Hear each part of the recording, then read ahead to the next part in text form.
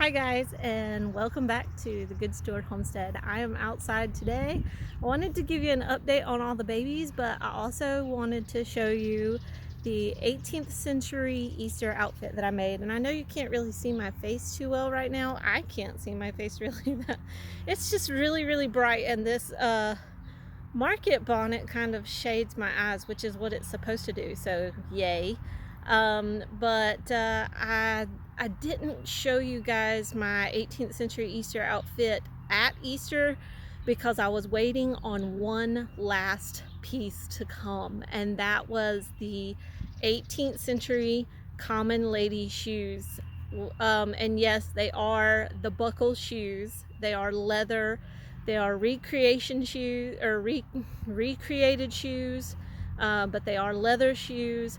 And I was waiting for these because I've been waiting to buy them myself, because as you can imagine, anything historically recreated is not exactly cheap. So I got these from Townsend, and I can put a link to their website down below. They do recreation 18th century, and you have to buy the metal buckles separately, and then I had to wait for the hole punch, the leather hole punch, to be able to put the buckles on. And so I've been waiting for this last piece to be able to show you guys this recreated 18th century outfit that I made for Easter. Now this button that I put up here on the market bonnet is not historically accurate. It's a modern button, but the colors were just so cute and they fit in so well with this Easter outfit that I just couldn't help myself. I felt like the bonnet needed a little something. But anyway, I'm just wearing the outside layers, and I wanted to show you, and hopefully my neighbor doesn't mind me using their fence as a backdrop, but I just thought it was just perfect on this sunny, beautiful Saturday. So let me just back up and let you guys see what I wore for Easter Sunday at church. And it's my 18th century Easter outfit. So I hope you guys like it. I had some people that wanted to see it, and so I just thought I would put it on and show you guys. So let me, oh, there we go. So here we are. Here is the outfit.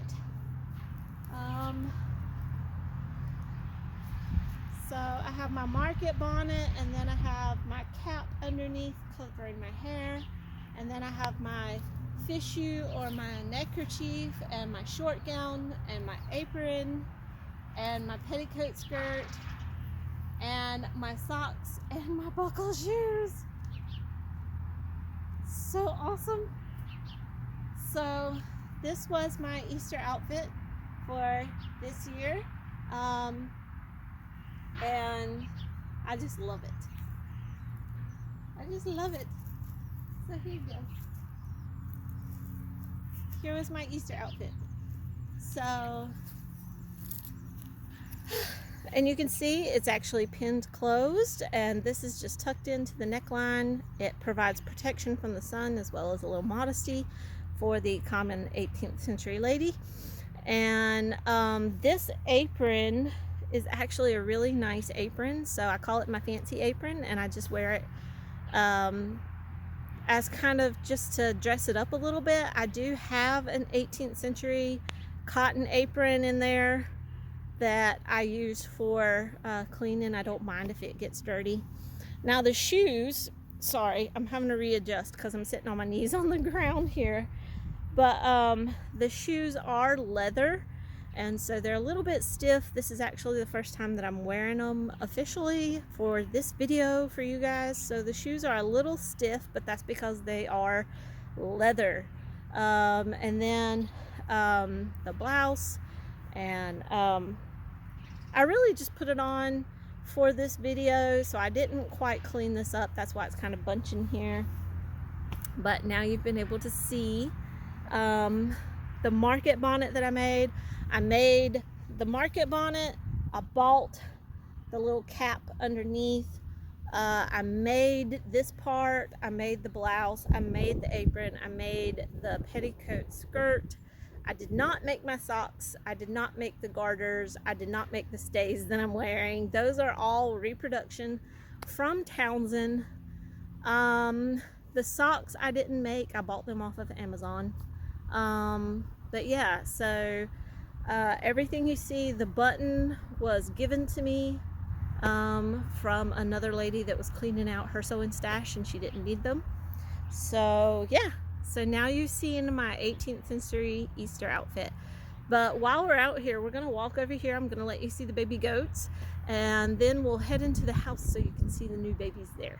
All right, so I'm gonna stop and turn the camera around so you guys can see. All right, so we are walking down to the goat pen now. This is our doe pen with all the girls and the babies in it. And we're having to pass by the buck pen. That's Granger. He's our new daddy this year. And in with him is Ben. Ben is a wether. He was one of our first babies that we ever had. And we weathered him, and he is acting as Granger's companion right now. So there you go. So this right here is Ben, and this one right here is Granger. Granger's our buck. He's our daddy for our herd. And he is such a pretty boy. And we're actually considering getting rid of Ben because Ben is taking on the attitude of his daddy, and his dad was getting kind of aggressive, and we didn't want to worry about him hurting anything. But now Ben is coming into his own as a bigger male. Now he is a wether, so he doesn't have the hormones going on, but his attitude is just, he's getting harder to handle. So we're really thinking about getting rid of him, and he's stepped into the shade so you can't really see him as well. But there's our buck Granger. Now let's go over here to the girls' pen. You can already hear them talking. I'm crunching through leaves. But this is the lower part of our yard. And I'm sorry if the camera is shaking a little. I don't have one of those stabilizer things for my camera, so it's gonna shake. So the two you're seeing right now, that is Anya and Bronwyn. They will be due to give birth to the first time in June. So they're getting close. They're getting little udder bumps, and they're getting little pregnancy bellies. This over here is Bethany, and Bethany and Bridget were just bred. Oh, there's one of the babies in the grass right now. I just saw that. Let me zoom in a little bit so you can see. This looks to be little Miss Patty. So this is our St. Patrick's Day doeling that was born to Boudica. Boudica was the one that was in the, she's one of the ones in the feeding booth, right, or trough right now. But yeah, that's Miss Patty. Ooh, and you can see, sorry if I'm making you motion sick, but over there is Aoife with her twins, Palmer and Ash. This was our milking shed, but they tore it up. They knocked out the side panels and stuff like that. We still use it, but we're actually trying to save up some money to get a full-blown shed with birthing stalls and things like that. But right now we're having to use this as a makeshift birthing stall, and this over here as a makeshift milking shed. But that's Aoife in there, and little Ash and Palmer, you just saw them jump up. That's her two babies. Palmer is the light colored little male over there, and the one with white on the face, that's Ash. That's the little female. So this is their mom, Aoife. So there you go. So they're doing good, you guys. They're getting big. And it's really crazy because, sorry, I know I'm probably making you guys motion sick as I'm trying to talk and hold the camera still at the same time. But Palmer and Ash are actually a week younger than Patty, and they are all almost about the same size, but they're a week apart. And that is because Patty was one of quadruplets, but the other 3 did not survive. They died shortly after birth and didn't make it. But so when you have that situation where, and I'll zoom out a little bit so you can watch the rest of them too. There's Boudica and Bridget, and it's a little grainy because I'm having to zoom in so far. But that's Boudica and Bridget. That's daughter or mother and or grandmother and granddaughter, right there. But yeah, when you have multiples like that, then you tend to have, the babies are smaller. The more babies that the goat is pregnant with, the smaller they will be. So Patty over here, because she was one of 4, there we go. Sharpen it a little, focus it in a little better. But because she was one of 4, Patty, she's not paying me any attention. She was smaller, and then because Aoife had twins, there's Bethany, and then Bronwyn and Anya, and then Boudica and Bridget, and then where'd you go? I just lost her. Oh, she's laying down. She's laying down in the shade, you guys. That's where Aoife is. Her babies are in there with her. But so Aoife, because she just had 2, her babies were a little bit bigger when they were born. And if you've noticed the pattern with their names, Boudica and Aoife, that's A and B names. And then we had this great idea that we would follow the trend that someone else that we know that raises goats, Nigerian dwarfs, that their offspring, we would be able to keep up with the bloodline by giving them the same first initials. So, but as time has gone on, that has proved to be quite the tongue twister when you start naming all of them, and we often get their names mixed up. So Aoife in the milking shed, she's the mama and laying down in the milking shed. Her name starts with A. So her first daughter, which is this one right here, we named her Anya. And then with Bridget, her first 2 was Bethany and Benjamin. And then Bethany, this dark black one here, had a baby, a little doeling. And to keep it going, we named that doeling Bridget. So we have Boudica, Ben and Bethany, and then Bridget. And so you would not believe how many times we get tongue-tied with all of those B names. And then you would not believe how many times we get Aoife and Anya mixed up. So we decided we wanted to break that trend. And that is why when Patty was born, she was born on St. Patrick's Day, so we went with Patty. And then with Aoife's 2 twins, since they were born right after Easter, we went with Palmer and Ash. So we are breaking that trend. But the other trend that you will often find with a lot of our animals is that they have traditional Celtic names or Irish names. That was something that I started with all of my animals years ago, and and we have continued to do that with some of them. That's why we have Aoife, Boudica, Bronwyn, Anya. So all of those are Irish names. The bucks that we had before were Fergus and Seamus. Our animals inside, most all of them, especially the cats, have Irish names.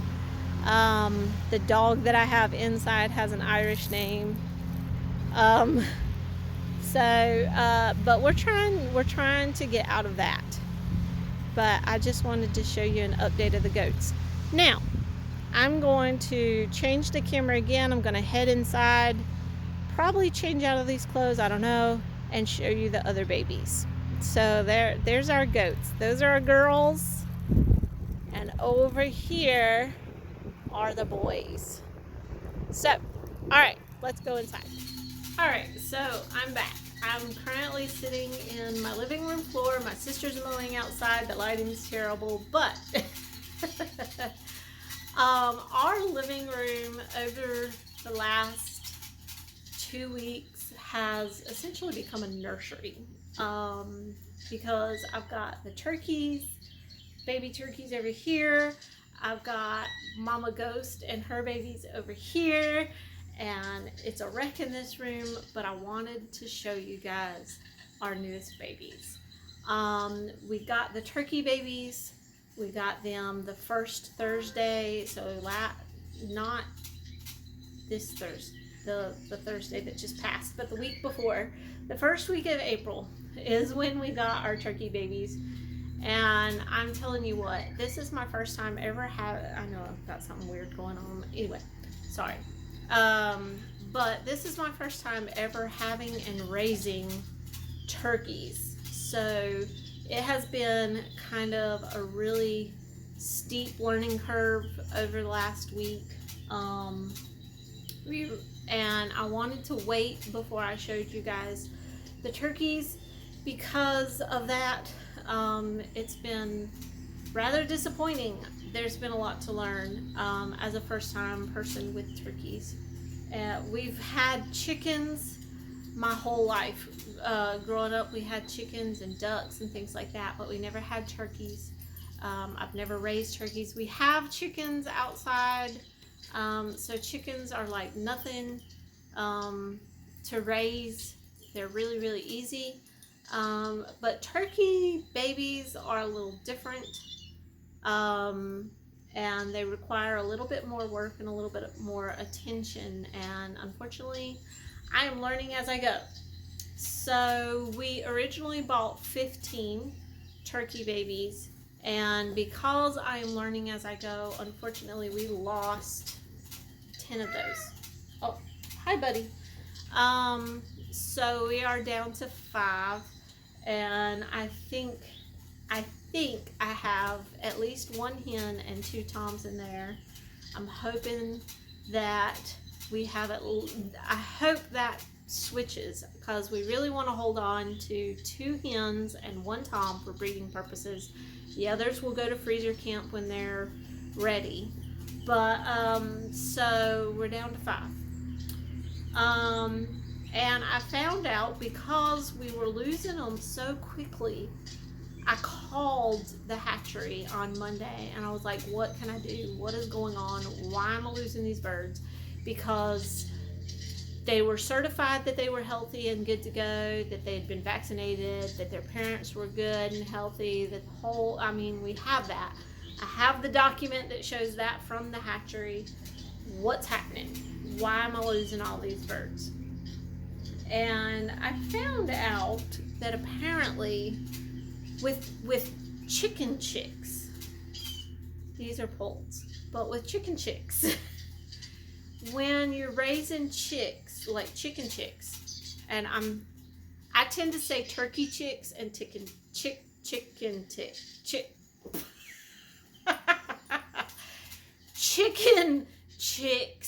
and turkey chicks. Okay, so with the chicks, with them, you just have to show them their food and water one time. They get it, one and done with the food and water with chicken chicks. Turkey chicks, I found out from the hatchery, actually requires you to show them their food and water multiple times because they forget. Okay? I didn't know that. I didn't know that you had to show them more than once where their food and water is because they would forget. The lady at the hatchery also gave me some other tips and tricks. And you may see some of our cats in the frame. This is Riona. She likes watching the chicks, the turkey chicks. They all like watching them. They haven't really tried to mess with them, but we do have a gate type thing over their container. But anyway, so talking with the lady at the hatchery, I described our setup. I told her that we were keeping an eye on the temperature, that we had a heat lamp, blah, blah, blah, blah. She says, well, it sounds like your setup's good. She says, it sounds like you've got everything in order. She says, but how often are you showing them their food and water? And I was like, what do you mean? We showed them their food and water the very first day, and that was that, right? And she's like, unfortunately turkeys will forget, so you have to keep showing them. She says you essentially have to assign a babysitter for them for the first several days, and that's Buddy behind me. He's completely deaf, and he is our grandpa cat. So just so you guys know, that's Buddy. He is a sweetheart, but he is deaf. Anyway, so going back to the turkey chicks, I didn't know that, and she was like, yeah. She says, that's probably why you keep losing them, is because they forget where their food and water is. And I said, I've also noticed that they will lay under the heat lamp even though they're like over here panting. They're obviously hot, but they don't get up and move. And she's like, yeah. And I said, so we have to physically reach in and move them. I was like, I did not realize that turkeys were like this. So anyway, I do want to show you guys our turkeys. And I know, I have cried over these things because I felt like such a failure. But my sisters and my best friend, they kept reminding me, well, this is your first time. This is a learning curve for you. You've never raised turkeys before. You've never had baby turkeys before. And unfortunately, when you're just learning, things happen. So don't think that I'm purposely trying to be cruel to our animals or anything like that. I love our animals very much, and I do take being a good steward of our animals seriously. But again, this is a first time for me, and I'm learning, and unfortunately that has come at a pretty costly price. But these 5 that we have, they seem to be really good and strong. They have learned where their food and water is. They have learned to get out from under the heat lamp when they're hot. So I really think we're gonna make it with these 5. And I'm just hoping, I'm pretty sure that I have 2 toms and 1 hen so far.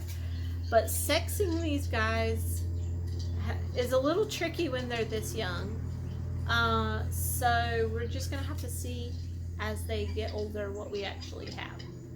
Enough talking about them, let me show them to you. So here they are, you guys. These are our turkey poults. This is what we have over their container. So, and let me move the camera a little bit. There's their water and scratch. But these are our turkey babies. And you can see the heat lamp up above them to keep them warm. But this is it. This is our turkey babies. I'm trying to keep all of them in the shot for you guys to be able to see them, but it's kind of hard when they're moving around. So there's 4 of them. There's the 5th one. There we go. So that's our turkey babies. And they're doing good. They've almost got all of their wing feathers already, which is great. And then I'm trying to angle the camera down so you guys can really see them, but it's kind of hard. Sorry. I know I'm shaking it a bit trying to adjust it. But there they are. They've almost got all of their wing feathers. Or at least their flight feathers on the edge. Let me see if I can... Sorry. I'm trying to put this down so that you guys can see them. And I can free up this hand. But... this one right here is the biggest, and I think it's a tom. I think this other big one over here is also a tom. This one right here, I think this is the hen. It's the smallest one out of the 5 of them, and I think that's the hen. We're going right there. I think this one and this one are toms. I don't know about the other. I don't know about the other 3, but I'm pretty sure the smallest one is a hen, and the 2 biggest ones are toms. And the reason I'm saying that is because we found a thing, and there's Nut and Riona, who is watching the babies, and I am watching her as she watches the babies. Thank you, Riona, for moving. Yeah, that's why we have this right here that goes over the top of this tote. And really, now that I think about it, you guys, it might be a good thing that we only have 5, because I don't think all 15 of those babies would have stayed in this tote, because they're growing pretty fast. I don't think we would have been able to fit them all in here, so maybe it's a good thing. But yeah, so these are our turkey babies. And that lump right there is Peanut, one of our cats. She often gets called Nut for short. And she's the one that, if you see our Facebook page or anything like that, she's the one that I say she's sweet but she's psycho, because we found out with her that cats can actually be bipolar, just like humans can, and they actually do make medication for cats who are bipolar. She is not medicated for her bipolarism, but she is bipolar. She's interesting, but she's sweet, but she's psycho. Moving over, that is Riona. She was a rescue. Nut was given to us, but Riona, who is very interested in watching the turkeys, so I am being very careful about watching her. But that's Riona. And you can see their mess in the floor. They love playing with boxes. I'm going to go ahead and put this gate back over the top. Sorry, I know I'm spooking everybody because I'm making noise. There we go. Now I don't have to worry about Riona being so interested in them, because now she can't reach them. So there you go. There's the turkey babies. And now I'm going to move the camera, and I don't want to make you guys motion sick while I do that. I also don't want you to see my messy living room. So I'm going to cut the camera and turn it over so that you can see the kittens. Okay, so this is the setup that we have for the kittens. You can see the little orange one. You can see them moving in there. That's Ghost, their mama. Now, Mama Ghost is I'm sorry there's a bar in the way. Here, I'm gonna try and do this carefully so I don't make you guys motion sick. But let's actually stick the camera in there so you guys can get a good look at them. But there you go. Good thing I have the camera on a selfie stick. But there we go. Now Ghost is one of the only remaining barn cat that we had out there at our barn. Some of you might know the story of Ghost and her siblings. Oh my goodness, little chunk. We've been calling the orange one Leo. But there are 5 kittens in there. They are a week old. They do have their eyes open. He's so darn cute, that little orange one. And Mama Ghost in there. She's cleaning.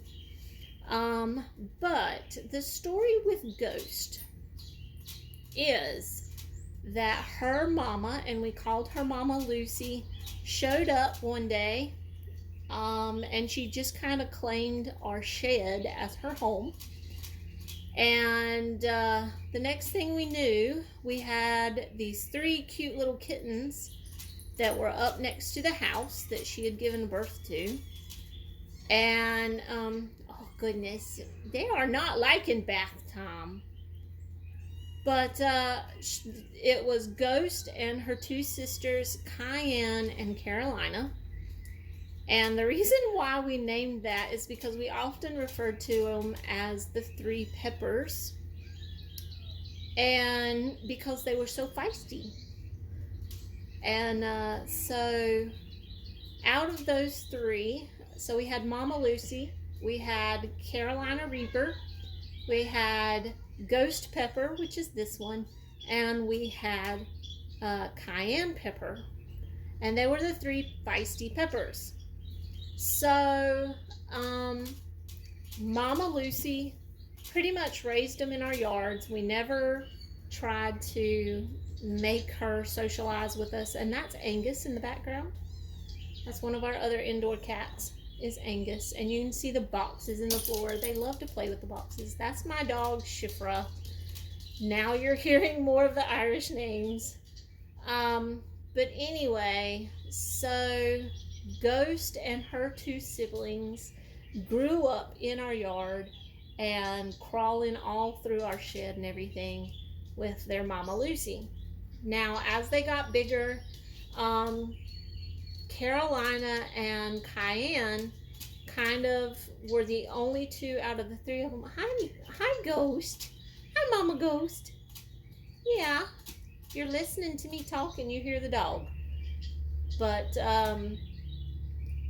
Carolina and Cayenne Pepper, they became more independent and more independent. So they, as you know, feral cats, they tend to develop their own territories.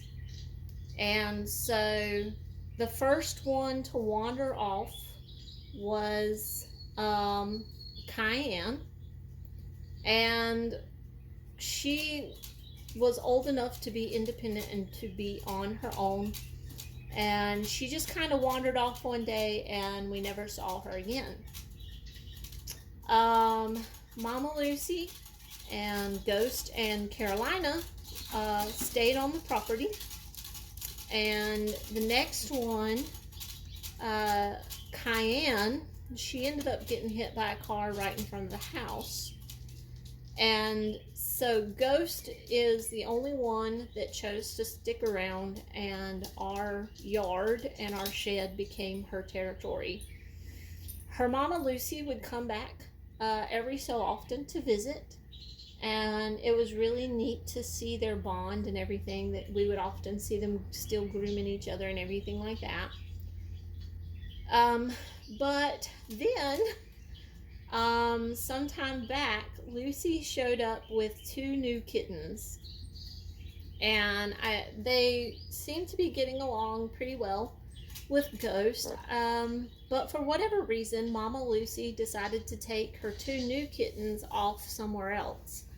And that left Ghost here on her own.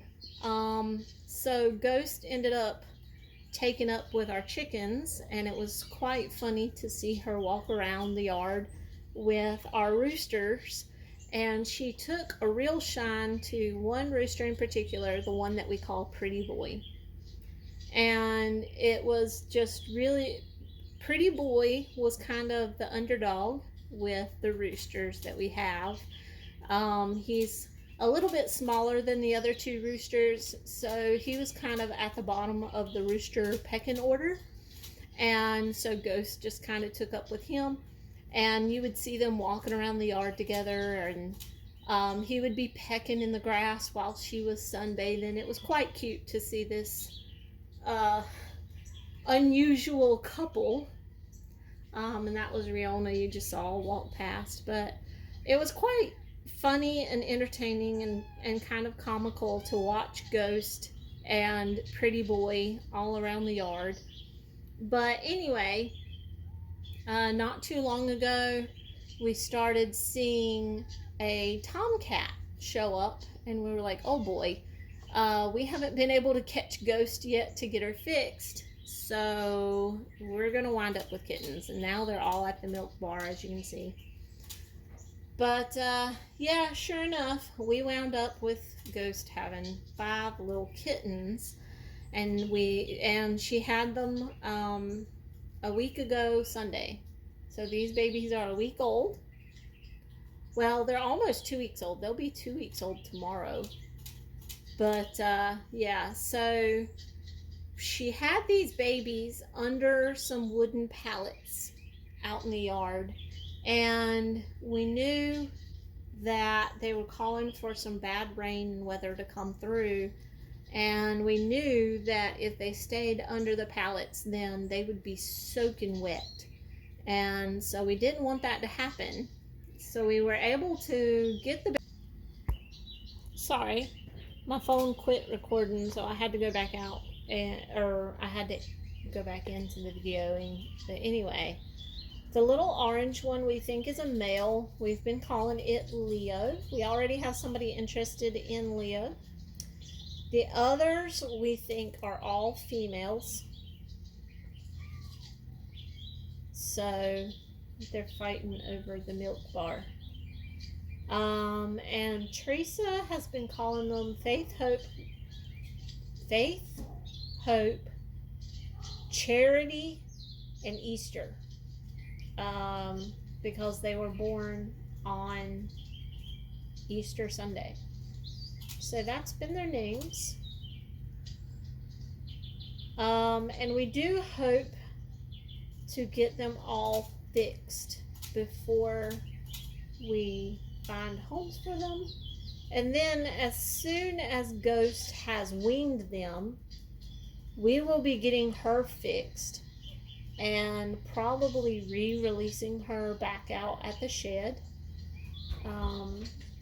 because she does such a good job at being a mouser out there at the shed that we really would like to keep her out there. But while we've had her in here, we've really worked at trying to socialize her and get her a little bit friendlier. Let's see if I can move this. There we go. That's a little bit better view of all of them. So there you go. So I'm going to take this back out of the carrier and everything very carefully, and turn the camera back around. Alright, so now you've been able to see, you see what we have our TV set on while we're in the house. But now you've been able to see our new babies. You've been able to get an update on the goats, and you've been able to see our turkey chicks. You've been able to see our new kittens, and you were also able to see my 18th century Easter outfit. So I also want to take a moment and just say thank you to all of the subscribers. because the channel has been growing, and that's great, and I really thank you guys for that. I thank you for the support. I'm so happy that you're interested in our homestead and what we're doing here, and just allowing me to share what we're doing with you. And so I hope to do a lot more videos in the future on some historic sewing, maybe some food preservation, maybe a soap making video. I don't know, we'll have to see. But thank you guys for subscribing. If you have liked this video and you do like our channel, then feel free to subscribe and click the little notification bell so that you know when we post. And we'll just see you on the next video. Hope you guys have a great upcoming week and a wonderful Lord's Day on Sunday, and we'll see you in the next video, okay? All right, bye.